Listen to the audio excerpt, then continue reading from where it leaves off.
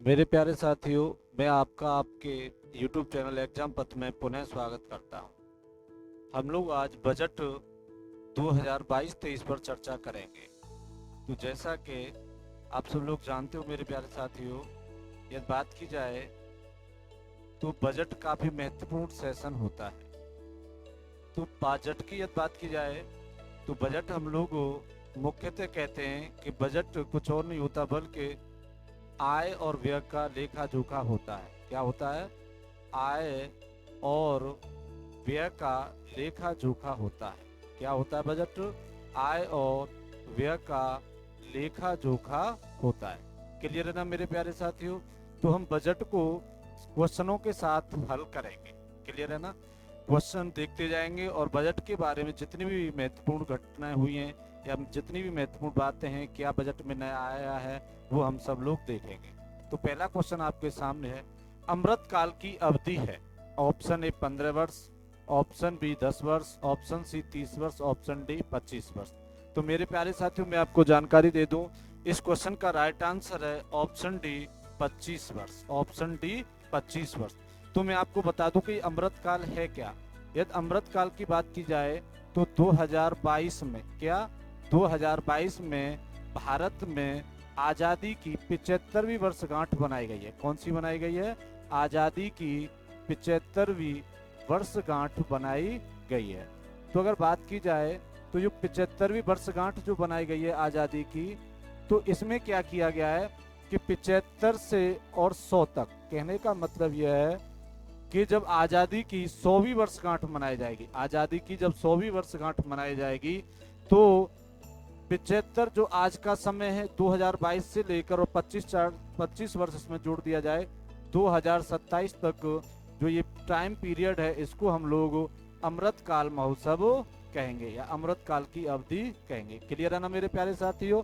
तो इस अमृत काल की अवधि कितनी है? 25 वर्ष है। कहने का तात्पर्य है कि जो 75वीं वर्षगांठ बनाई है आज़ादी की, उससे 100वीं वर्षगांठ जब बनाई जाएगी आज़ादी की, तो इस समय को हम लोग अमृतकाल कहा गया है और इसमें विविध आयामों को ध्यान में रखकर बजट तैयार किया गया है। क्लियर है मेरे प्यारे साथियों?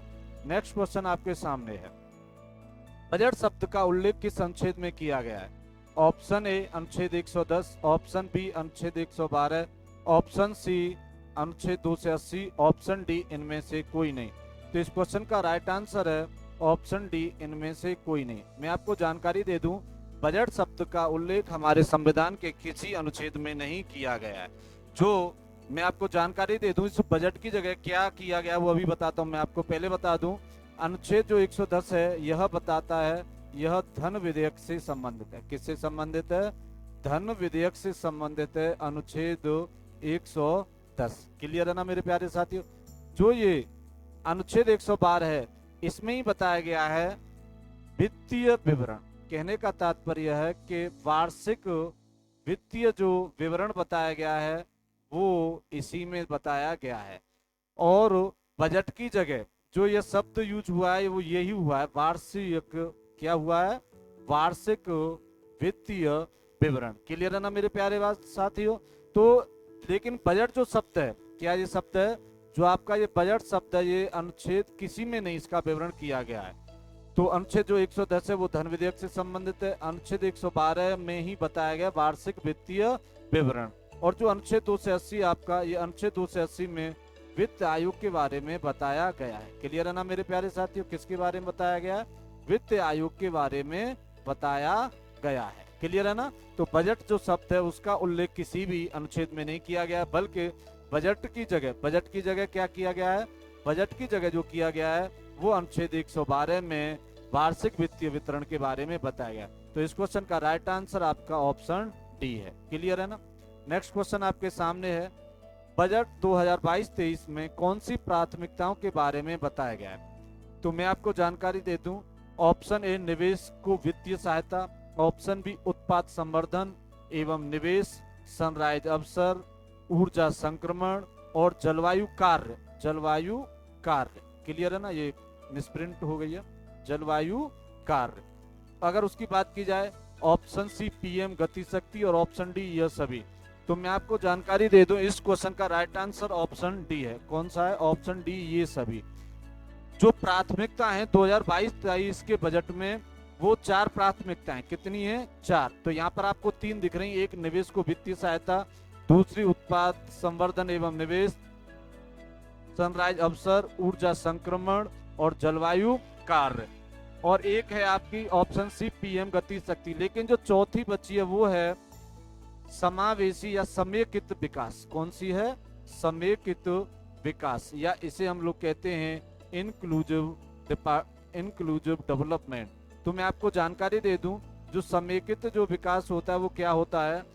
इंक्लूसिव डेवलपमेंट का मतलब ये होता है कि जो वर्तमान जरूरतों को पूरा करते हुए और भविष्य को ध्यान में रखकर संसाधनों का जो दोहन किया जाता है उसे हम लोग कहते हैं समेकित। क्लियर है ना? कहने का तात्पर्य है कि जो भी आज हमारे पास जो भी संसाधन उपलब्ध हैं उनका हम ऑप्टिमम यूटिलाइज करें और आगे की जो पीढ़ी है उसके लिए भी हम बचा के रखें। क्लियर है ना? तो जो 2022-23 का जो बजट है, 2022-23 का जो बजट है, इसमें कितनी प्राथमिकताएं? 4 प्राथमिकताएं। पहली, निवेश को वित्तीय सहायता। निवेश का मतलब सिंपल सा, इन्वेस्टमेंट किया जाना चाहिए। उत्पाद संवर्धन एवं घरेलू एवं निवेश, उत्पाद संवर्धन की बात किया है तो प्रोडक्शन को बढ़ाना है और निवेश करना है, इसमें अवसर देने हैं, और ऊर्जा और जलवायु पर विशेष ध्यान दिया गया। पीएम गति शक्ति की बात की जाए तो पीएम गति शक्ति के तहत इसमें 7 इंजन कार्य करेंगे। क्या करेंगे? 7 इंजन कार्य करेंगे। इस पर हम थोड़ा सा और चर्चा आगे करेंगे। क्लियर है ना मेरे प्यारे साथियों? तो इस क्वेश्चन का राइट आंसर ऑप्शन डी है, ये सभी। नेक्स्ट क्वेश्चन आपके सामने है, बजट 2022-23 निर्मला सीतारमण द्वारा कौन सी बार पेश किया गया है? बजट 2022-23 निर्मला सीतारमण जी द्वारा कौन सी बार पेश किया गया है? ऑप्शन ए 5वीं बार, ऑप्शन बी 4 बार, ऑप्शन सी 10 बार, ऑप्शन डी 3 बार। तो इस क्वेश्चन का राइट आंसर है ऑप्शन बी 4 बार। जो हमारी वित्त मंत्री निर्मला सीतारमण है, इन्होंने इस वर्ष 4थी बार बजट पेश किया है। तो मैं आपको जानकारी दे दूं कुछ और महत्वपूर्ण बातें। तो सबसे अधिक जो बजट पेश किया था वो मोरारजी देसाई ने किया। किसने किया था? मोरारजी देसाई ने सबसे अधिक बार बजट पेश किया और उन्होंने यह 10 बार किया था। क्लियर है ना मेरे प्यारे साथियों? उसके बाद अगर बात की जाए तो पी चिदम्बरम जी ने बजट पेश किया था जो 8 बार है। क्लियर है ना मेरे प्यारे साथियों? मोरारजी देसाई ने जो बजट पेश किया वो 10 बार किया है, और जो पी चिदम्बर जी थे इन्होंने 8 बार किया। एक बार अंतरिम बजट और तो 9 बार हो जाता, लेकिन पी चिदम्बर जी ने 8 बार बजट पेश किया। उसके अलावा जो हमारी निर्मला सीतारमण जी इन्होंने बजट 4 बार पेश किया है।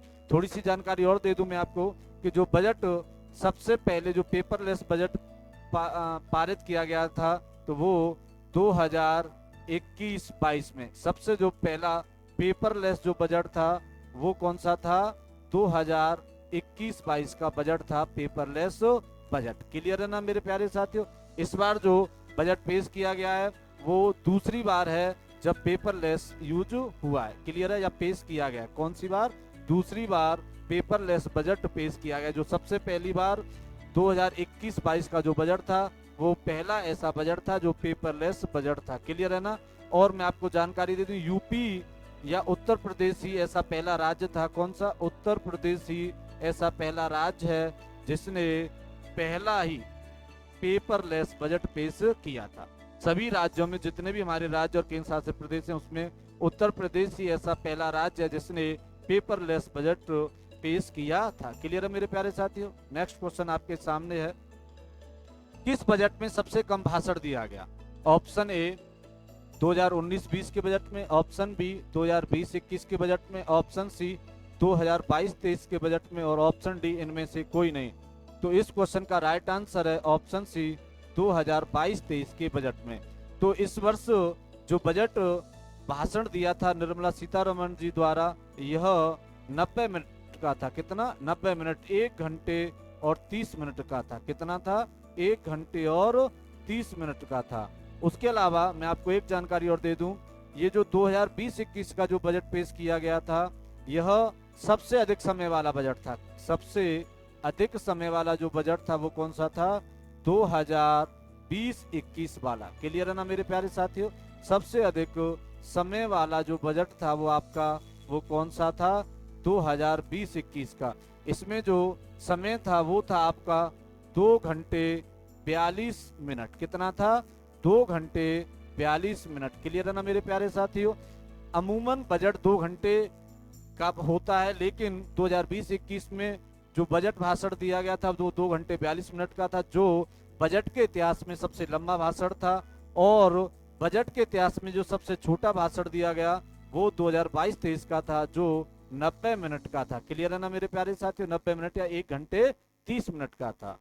नेक्स्ट क्वेश्चन की बात की जाए तो आपके सामने है 2022-23 के बजट में किन योजनाओं की घोषणा की गई है? 2022-23 के बजट में किन योजनाओं की घोषणा की गई है? तो अगर बात की जाए तो ऑप्शन आपके सामने, ऑप्शन ए पर्वतमाला परियोजना, ऑप्शन बी पीएम डिवाइन परियोजना, ऑप्शन सी पीएम ई विद्या योजना, तो और ऑप्शन डी ऑल। तो इस क्वेश्चन का राइट आंसर है ऑप्शन डी ऑल। तो मैं आपको इनके बारे में जानकारी दे दूं। पहली बात, पर्वतमाला जो परियोजना है इसको समझे ध्यान से, जो इस वर्ष के बजट में प्रारंभ की गई है। और इसमें क्या किया गया है कि जो पहाड़ी एरिया हैं, पहाड़ी जो एरिया हैं या जो पहाड़ी क्षेत्र हैं वहां पर रोप वे तैयार किए जाएंगे। क्या तैयार किए जाएंगे? रोप वे तैयार किए जाएंगे। और इनकी जो कुल दूरी होगी वो लगभग 80 किलोमीटर होगी। और 8 नए रोपवे तैयार किए जाएंगे। कितने रोपवे?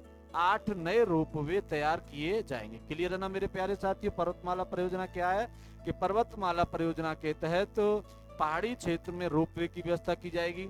अच्छा, मैं आपको जानकारी दे दूं ये रोपवे होता क्या है थोड़ा सा। जैसे आप सपोज कीजिए एक स्थान ये है और एक स्थान ये है, तो ये पहाड़ी एरिया है। तो इनमें क्या होता है कि इधर से और ऐसे ये एक केबल तार होता है और इसमें ये छोटी छोटी ट्रॉली टाइप की लगी होती हैं। क्लियर है ना? तो इसमें ये एक जगह से दूसरी जगह जाती हैं और इनमें लोग बैठे हुए होते हैं। क्लियर है ना? तो एक तरह से अगर समझाया जाए तो हम लोग कह सकते हैं कि पर्वतमाला परियोजना एक तरह की क्या है? ये परिवहन परियोजना है। परिवहन परियोजना है और जो पहाड़ी एरियाओं में है और रोपवे के माध्यम से परिवहन किया जाएगा। अगर मैं आपको जानकारी दूं जो पीएम डिवाइन योजना है, तो पीएम डिवाइन योजना की यदि बात की जाए तो पीएम डिवाइन योजना क्या है कि ये उत्तर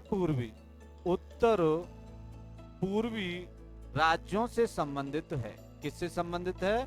उत्तर पूर्वी राज्यों से संबंधित है। मैं आपको जानकारी दे दूं इस पीएम डिवाइन योजना के तहत उत्तर पूर्वी राज्यों में क्या किया जाएगा।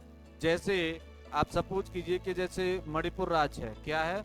मणिपुर है, मेघालय है। तो यहाँ पर क्या होता है कि ऐसे ये छोटी छोटी नहर और नदियां हैं, तो इनको क्रॉस करने के लिए वो लोग क्या करते हैं कि इन्हें लकड़ी के बना के रखते हैं, लकड़ी के पुल टाइप के बना के रखते हैं। अब उत्तर पूर्वी राज्यों में जो पीएम डिवाइन योजना है, इस योजना के तहत क्या किया जाएगा कि इनका अच्छी तरह से इनको सही किया जाएगा। कहने का मतलब यह है कि इनमें जो भी खामियां हैं या जो भी कमियां हैं उनको दूर किया जाएगा और इनमें सुधार किया जाएगा। क्लियर है ना मेरे प्यारे साथियों? तो पीएम डिवाइन परियोजना क्या है? यह उत्तर पूर्वी राज्यों से संबंधित है। किससे संबंधित है? उत्तर पूर्वी राज्यों से संबंधित है। और इसमें यह जो लकड़ी के पुल बने हुए तो होते हैं, इनमें कमी है और इनमें सुधार किया जाएगा। जो भी इनकी समस्याएं हैं उन सभी को दूर किया जाएगा। क्लियर है ना? अब देखिए नेक्स्ट है पीएम ई विद्या परियोजना।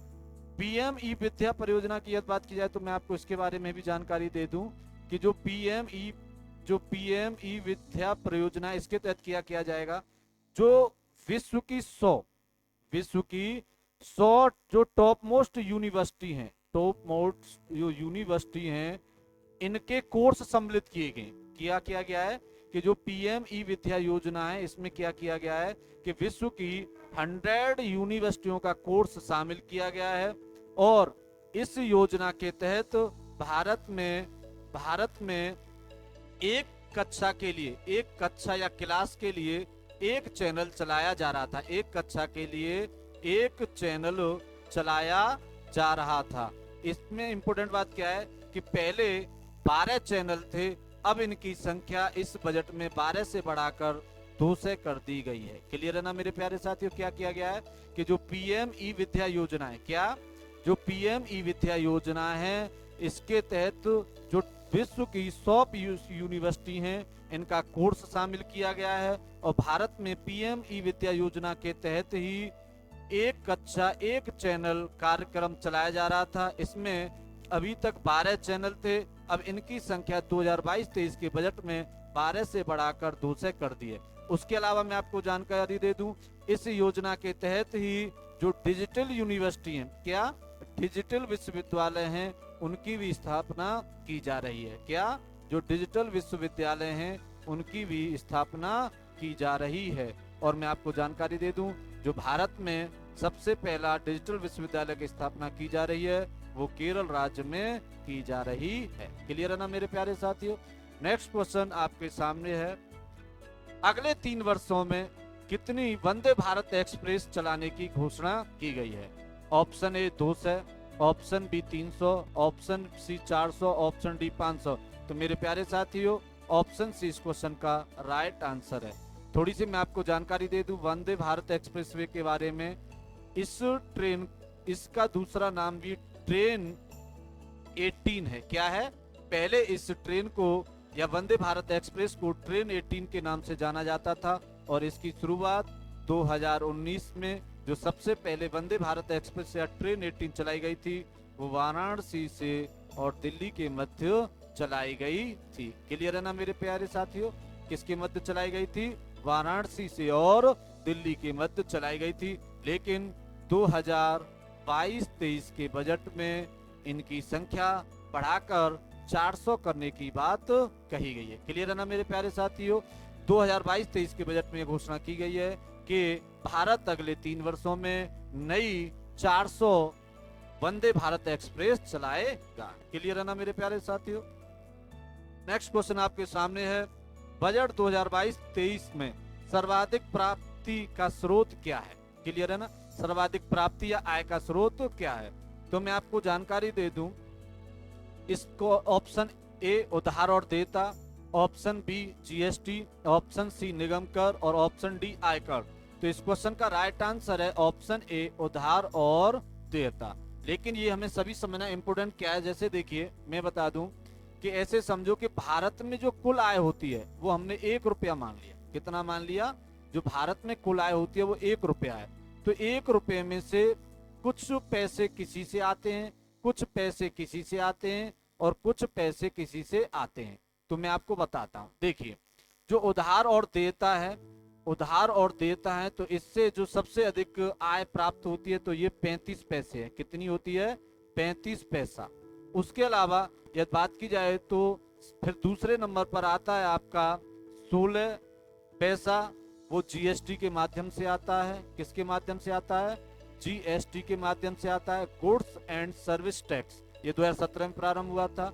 उसके बाद यदि बात की जाए तो 15 पैसा आता है आपका निगम कर से, जिसे हम कॉर्पोरेट टैक्स कहते हैं, निगम कर से। और उसके अलावा यदि बात की जाए तो 15 पैसा ही आपका आयकर से आता है, जिसे हम लोग इनकम टैक्स कहते हैं। क्लियर है ना मेरे प्यारे साथियों? आयकर से आता है। तो इस क्वेश्चन का राइट आंसर ऑप्शन ए है। उधार और देयताओं से जो कितनी पैसा इनकम होती है? 35 पैसा। क्लियर है ना? अगर जीएसटी से बात की जाए तो 16 पैसा, और निगम कर से बात की जाए तो 15 पैसा, और आयकर से भी यदि बात की जाए तो 15 पैसा। क्लियर है ना? अब नेक्स्ट क्वेश्चन आपके सामने है, बजट 2022-23 में सर्वाधिक व्यय का स्रोत है। सर्वाधिक व्यय का स्रोत है, व्यय का स्रोत है। ऑप्शन ए ब्याज भुगतान, ऑप्शन बी करों में राज्य की हिस्सेदारी, ऑप्शन सी रक्षा, ऑप्शन डी सब्सिडी। तो मेरे प्यारे साथियों, इस क्वेश्चन का राइट आंसर ऑप्शन ए है। कहने का मतलब यह है कि हमारी जो सबसे इनकम भी अभी मैंने आपको बताई थी कि जो आय का स्रोत है वो भी एक तरह से उधार और देयता है। तो जब हम उधार अधिक ले रहे हैं तो हमें इंटरेस्ट ज्यादा देना पड़ेगा। क्लियर है ना? तो इसलिए सबसे अधिक जो हमारा पैसा व्यय होता है वह ब्याज भुगतान पर ही होता है। ऐसे समझो कि हमारा मान लीजिए कि 1 रुपया आता था और 1 रुपया खर्च होता है। तो इसमें क्या होगा कि इसमें भी मैं आपको बता दूं कि सबसे अधिक किसका होता है और सबसे कम किसका होता है। देखिए ध्यान से, इसमें सबसे अधिक अभी मैंने बताया ब्याज भुगतान का होता है, तो 20 पैसे, कितना, 20 पैसे हम लोग ब्याज भुगतान के माध्यम से खर्च करते हैं। उसके बाद करों की हिस्सेदारी होती है 17 पैसे, कितनी, 17 पैसे होती है, जो करों में राज्यों की हिस्सेदारी होती है। करों में जो राज्यों की हिस्सेदारी होती है वो 17 पैसे होती है। क्लियर है ना मेरे प्यारे साथियों। उसके अलावा यदि बात की जाए तो रक्षा पर भी 8 पैसे, कितना, 8 पैसे रक्षा पर खर्च होता है। और अगर इसकी बात की जाए तो सब्सिडी पर भी 8 पैसे ही खर्च होता है। तो सब्सिडी पर भी 8 पैसे ही खर्च होता है। अच्छा, मैं थोड़ा सा सब्सिडी के बारे में बता दूं आप लोगों को। यदि सब्सिडी की बात की जाए तो सब्सिडी यह होता है कि सपोज कीजिए जैसे हम लोग यूरिया का कट्टा ले लेते हैं, जैसे खाद का कट्टा ले लेते हैं हम, यूरिया जैसे हम लोग कहते हैं यूरिया, जो किसान जो होते हैं वो खेतों में इसका छिड़काव करते हैं या इसको फसल को ग्रोथ करने के लिए इसका प्रयोग किया जाता है। तो ऐसे समझिए कि यूरिया की लागत जो आ रही है वो आप मान लीजिए कि 1000 रुपये आ रही है। कितनी आ रही है, 1000 रुपये गवर्नमेंट के द्वारा इस यूरिया के एक कट्टे के निर्माण में खर्चा आ रहा है। कट्टे को बोरी समझ लीजिए आप, एक बोरी के निर्माण में 1000 रुपया गवर्नमेंट की लागत है। लेकिन अब इसे गवर्नमेंट क्या करती है कि किसानों को पहुंचाने के लिए इसे मान लो 800 रुपए में दे रही है। कितने में दे रही है, 800 रुपए में। तो ये 200 रुपए का जिसे आप लॉस समझ रहे हो, यही सब्सिडी होती है। क्लियर है ना मेरे प्यारे साथियों। सब्सिडी क्या होती है कि जो गवर्नमेंट है, जो सरकार है, वो किसी का उत्पादन कर रही है और जो उसकी उत्पादन लागत है उस लागत से कम में यदि वह किसान तक पहुंचा रही है तो उसे हम लोग सब्सिडी कहते हैं। क्लियर है ना। तो मैंने अभी बताया कि ब्याज भुगतान में कितना पैसा दिया जाता है, तो 20 पैसे। क्लियर है ना। और करों की हिस्सेदारी कितनी है, 17 पैसे। रक्षा की पे कितने खर्चा होता है, 8 पैसे। और सब्सिडी पर कितना खर्चा होता है, 8 पैसे। क्लियर है ना। नेक्स्ट क्वेश्चन आपके सामने है मेरे प्यारे साथियों। पीएम गति शक्ति को बढ़ाने के लिए कितने इंजनों का उल्लेख बजट 2022-23 में किया गया। बहुत महत्वपूर्ण क्वेश्चन है, हम इस पर काफी चर्चा करेंगे। Option A 5, option B 6, option C 7 और ऑप्शन डी 8। तो इसका राइट आंसर है ऑप्शन सी 7। क्लियर है ना। तो पीएम गति शक्ति को बढ़ाने के लिए कितने इंजनों का प्रयोग किया गया है, 7। कहने का मतलब यह है कि ये 7 मिलकर ऐसे विभाग हैं, विभाग क्या ऐसे ही आपके औद्योगिक क्षेत्र हैं जो मिलकर कार्य करेंगे और वह पीएम गति शक्ति को प्रमोट करेंगे या इसको बढ़ावा देंगे। देखिए इसमें 7 कौन कौन से, इस पर चर्चा करते हैं थोड़ा सा। सबसे पहला हम देखते हैं रेलवे परिवहन। कौन सा है, रेलवे परिवहन। 7 इंजनों में पहला है रेलवे परिवहन। दूसरा हम लोग देख देते हैं सड़क परिवहन। कौन सा, सड़क परिवहन। तीसरा हम लोग देखते हैं जल मार्ग परिवहन, जल मार्ग परिवहन। क्लियर है ना मेरे प्यारे साथियों। उसके अलावा हम देखते हैं चौथा वायु मार्ग परिवहन, वायु मार्ग परिवहन।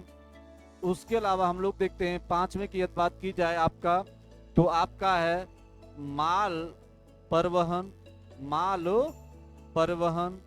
उसके अलावा यदि बात की जाए तो विमानपत्तन, वो पोर्ट जैसे कहते हैं, तो पत्तनन। क्लियर है ना, पत्तनन, पोर्ट, पोर्ट। क्लियर है ना मेरे प्यारे साथियों। और 6वें की बात की जाए तो वो है लॉजिस्टिक, लॉजिस्टिक, लॉजिस्टिक अवसंरचना। क्लियर है ना, लॉजिस्टिक अवसंरचना, या हम लोग इसे कह सकते हैं लॉजिस्टिक इंफ्रास्ट्रक्चर।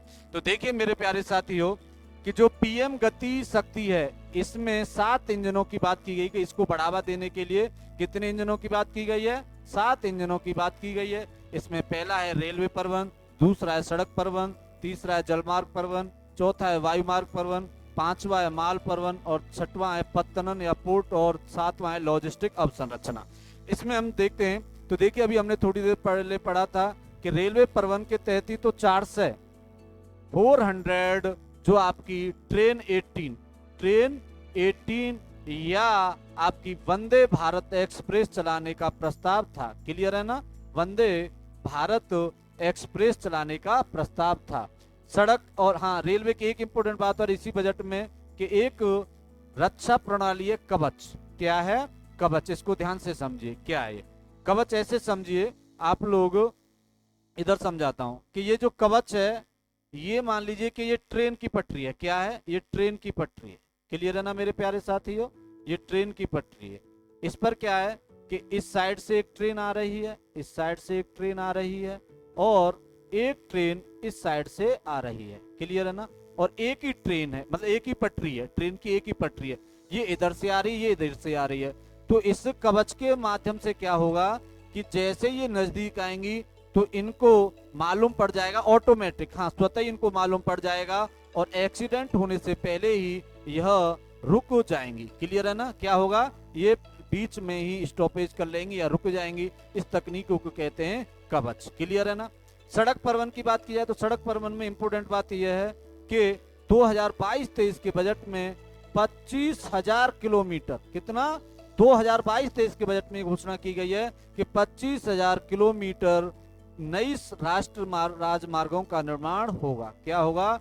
नए राष्ट्रीय राजमार्ग का निर्माण होगा। क्लियर है ना मेरे प्यारे साथियों, क्लियर है ना। ये काफी इंपोर्टेंट था सड़क परिवहन की बात की जाए। और हाँ, अगर बात की जाए तो लॉजिस्टिक की बात की जाए तो नए 4 लॉजिस्टिक पार्कों की स्थापना की जाएगी। क्लियर है ना मेरे प्यारे साथियों।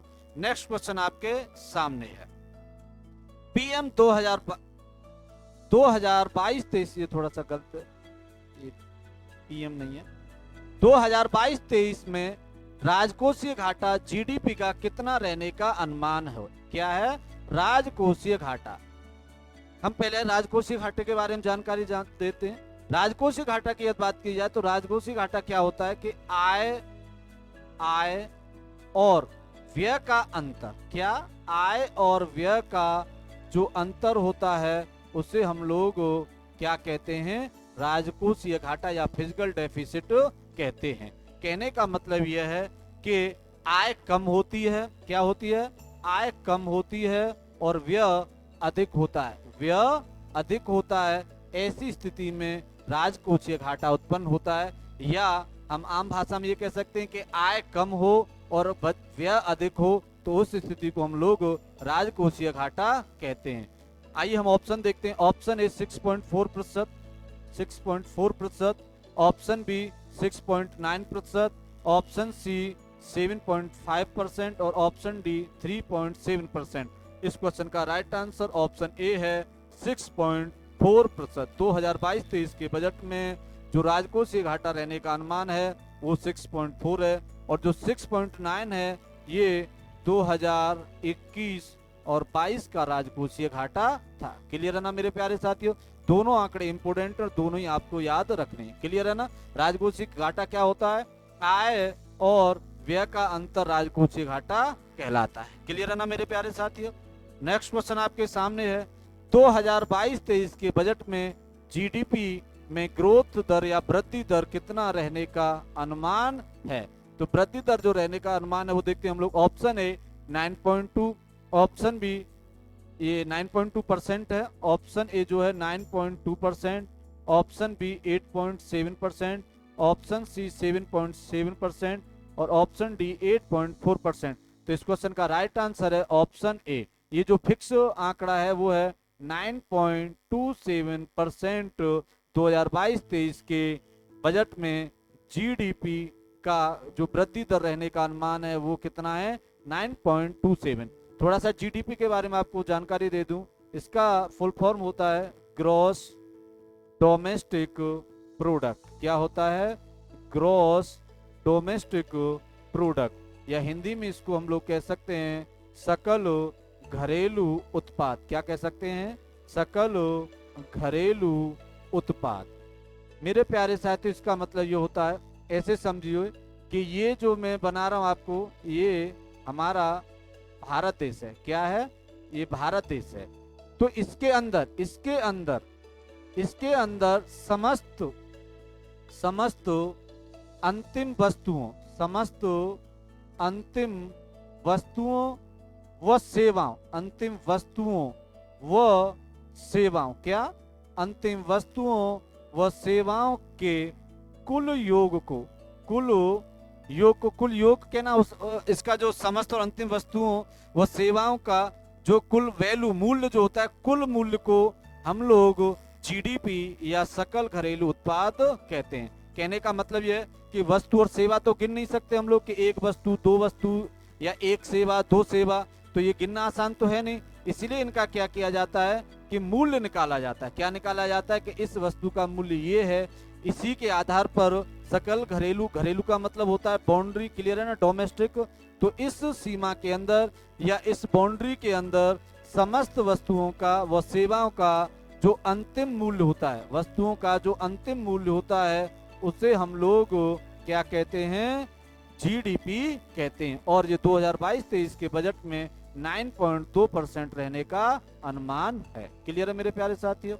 नेक्स्ट क्वेश्चन आपके सामने है, भारत की प्रथम महिला वित्त मंत्री कौन है? क्लियर है ना? Option A Sumitra Mahajan, option B Nirmala Sitharaman, option C Madhavpuri और ऑप्शन डी मीरा कुमार। तो इस क्वेश्चन का राइट आंसर है ऑप्शन बी निर्मला सीतारमन हमारे देश की प्रथम महिला वित्त मंत्री हैं। क्लियर है ना?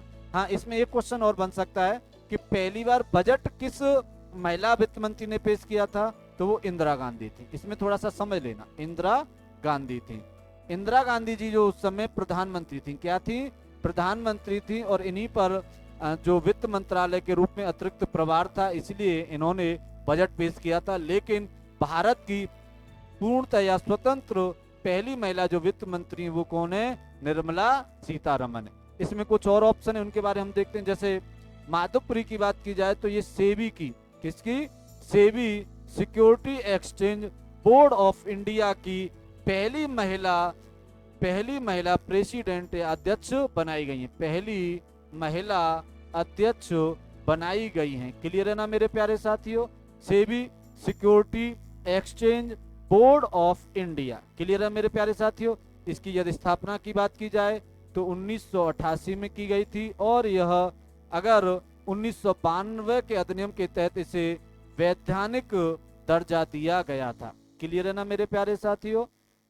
1988 में इसकी स्थापना की गई इस बोर्ड की, लेकिन 1992 में से वैधानिक दर्जा दिया गया। इसके अलावा जो मीरा कुमार है, ये काफी इंपोर्टेंट है। मीरा कुमार की बात की जाए तो ये प्रथम महिला लोकसभा अध्यक्ष। क्लियर है ना मेरे प्यारे साथियों? प्रथम महिला लोकसभा अध्यक्ष ये हमारी थी। क्लियर है ना? प्रथम लोकसभा महिला अध्यक्ष। और यह सुमित्रा महाजन की बात की जाए तो ये दूसरी महिला थी जो लोकसभा अध्यक्ष बनी थी। क्लियर है ना मेरे प्यारे साथियों? ये दूसरी महिला थी जो लोकसभा अध्यक्ष बनी थी। तो ये क्वेश्चन पूछा जा सकता है कि प्रथम महिला लोकसभा अध्यक्ष तो मीरा कुमार।